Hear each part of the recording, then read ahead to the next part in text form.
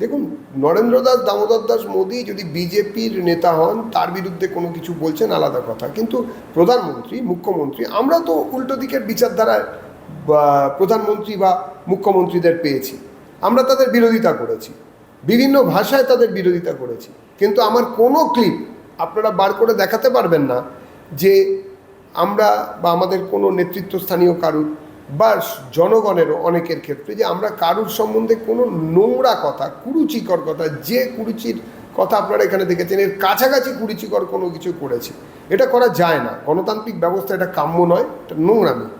বামেরা বাড়াবাড়ি এই ধরনের নোংরামিতে উৎসাহ দিয়েছে, এটা আমরা জানি, এবং যুগে যুগে দেশে দেশে এই কাজ বামেরা করেছেন। তারা দেখিয়েছেন যে কুরুচিটাই বিপ্লব, কুরুচিকর কথা বললেই বিপ্লব, এবং তাদের পেছনে এরকম এনারা এসে দাঁড়িয়েছেন।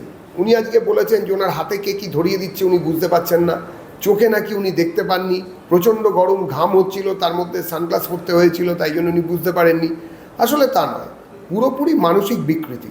ছোটোবেলা থেকে যদি কেউ কোনো রকমভাবে কোনো সুবিধে পাওয়ার জন্য যা যখন হাতে ধরিয়ে দিচ্ছে সেটা যদি হাতে ধরে নেন, একটা সময় আসে যে তখন আর তিনি বুঝতে পারবেন না যে তিনি কি হাতে নিচ্ছেন, কি হাতে নিচ্ছেন না। টাকা রোজগার বহু রকমভাবে করা যায়, যশাকাঙ্ক্ষী বহু রকমভাবে হওয়া যায়, কিন্তু এই ধরনের হাতে গরম হাতে ধরে নিচ্ছি আর তারপরে যখন চাপে পড়ছি তখন বলছি কে কী হাতে ধরাচ্ছে বলতে বুঝতে পারছি না, এটা যিনি করলেন শুধু উনি নন, ওনার চারপাশে যারা আছেন এবং আরও যারা আছেন, এবং আন্দোলনের হুমকি দিচ্ছেন যাদের কথা মাথায় রেখে, সবাইকেই এই পশ্চিমবঙ্গের জাগ্রত জনতা দেখবে। কেননা দীর্ঘ 49 বছর, 34+15 বছর জনতাকে অস্বীকার করা হয়েছে, জনতার বিরোধিতা করা হয়েছে, জনতা বিমুখ একটা পদ্ধতিকে চালু করে দেওয়া হয়েছে।